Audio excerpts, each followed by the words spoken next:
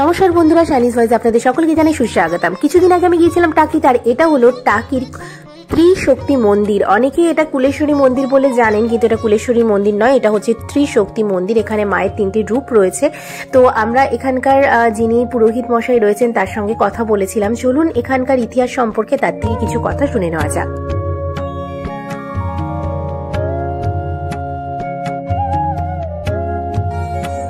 মায়ের কি কি রূপ আছে এখানে? কত মিনিট সময় দেবেন তারপর বলবো। 3 মিনিট? হ্যাঁ হ্যাঁ। আপনারা এই টাকিতে এসেছেন তো? হ্যাঁ।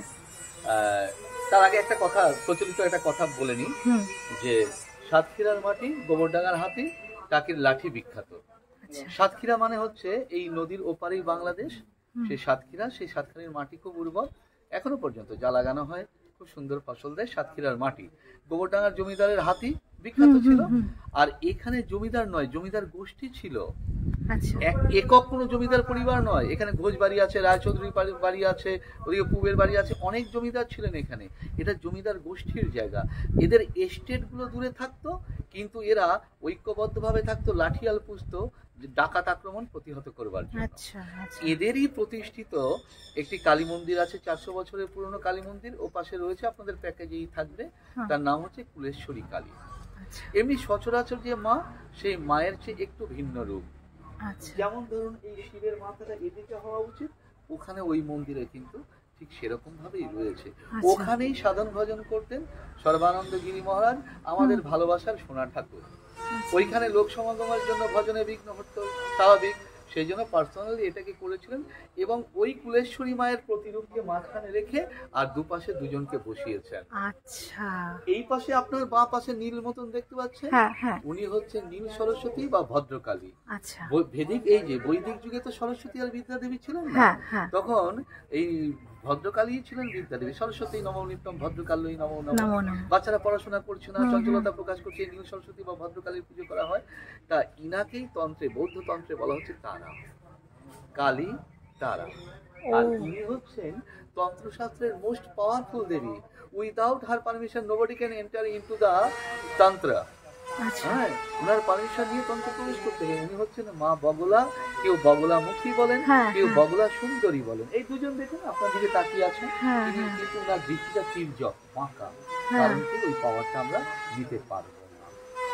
মা বগলার প্রিয় কালার হচ্ছে ইয়েলো, হলুদ শাড়ি, হলুদ ফুল, হলুদ ফল। আর উনার কাছ থেকে, উনার যে প্রতীকী, এই প্রতীকী থেকে আমার কিছু শিক্ষার আছে। বাঁহাতে দেখুন মদনসুরের জিভ ধরে আছেন। ওইখান থেকে উনি বলতে চাইছেন যে মানুষ, তোমার সবচেয়ে বড় শত্রু, দেশের শত্রু, দশের শত্রু তোমার জীব। কারণ কি, জীব আসরিক গুণ সম্পন্ন। অসুর কি করে?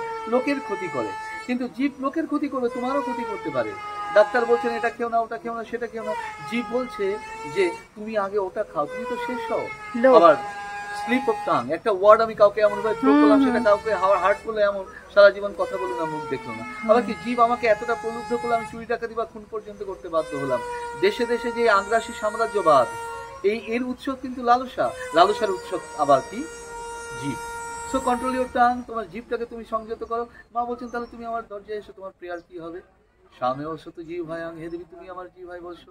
আর বাক্যটা মিষ্টি হোক। আমি কাউকে খাওয়াতে পারবো না, পড়াতে পারবো না, সেই সাধ্য, সেই শক্তি, সেই সামর্থ্য আমার নেই। কিন্তু আমার ওয়ার্ডগুলো যদি মিষ্টি হয়, তাহলে যেই মানুষটা ওই রোগশয্যায় লড়াই করছে, যেই মানুষটা মৃত্যুর সঙ্গে লড়াই করছে, তার কাছে আমার ওয়ার্ডগুলো হিলিং টাচ হবে। আর এই যে মানুষটা দুহাত তুলে শুয়ে আছেন, ওনাকে সব বলছি, আমরা এই প্রকৃতির কাছে সব সদৃশ্য। আমাদের সমস্ত জালজুড়ি শেষ হয়ে যাবে এই মুহূর্তে যদি বলে একটা তুফান আসছে, একদম। অতএব আমরা নিষ্ক্রিয় এই প্রকৃতি, আমরা সব সদৃশ্য। তাহলে ওনাকে কি ধরা হবে? আমাদেরই প্রতিনিধি ধরা হবে।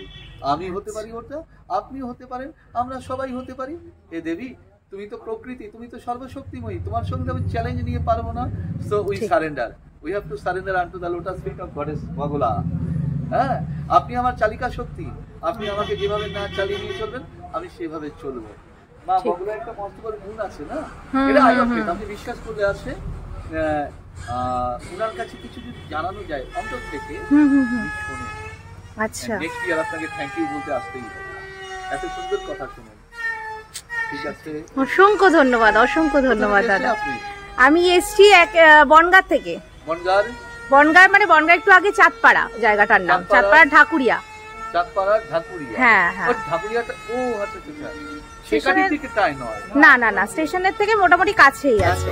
ভীষণই ভালো লাগলো ওনার সঙ্গে কথা বলে, কারণ উনি খুব সুন্দর করে গুছিয়ে সমস্ত বিষয়টা বললেন। অনেক কিছু জানতে পারলাম ওনার কথার মাধ্যমে। জানতে পারলাম এখানে নাকি মা ভীষণভাবে জাগ্রত, এবং কেউ যদি নিজের মনের কোনো আশা নিয়ে মায়ের কাছে আসেন তো মা সবসময় চেষ্টা করেন তার সেই আশা পূরণ করার। তো যাই হোক, এই ব্লগটার মাধ্যমে আমি এইটুকুই তুলে ধরার চেষ্টা করেছি। আমি জানি না কতটুকু আপনাদের সামনে তুলে আনতে পেরেছি। টাকি ভ্রমণটা আমাদের ভীষণ ভালো লেগেছিল, আর তার মধ্যে অন্যতম লেগেছিল এই ত্রিশক্তি মায়ের মন্দির। তো সেটাই আপনাদের সঙ্গে শেয়ার করলাম। আর টাকি ভ্রমণ করতে আসলে অবশ্যই ত্রিশক্তি মায়ের মন্দিরটা কিন্তু ঘুরে যাবেন, মায়ের দর্শন করে যাবেন। আর এই ব্লগটা এখানে শেষ করছি। সকলে ভালো থাকুন, সুস্থ থাকুন, টাটা।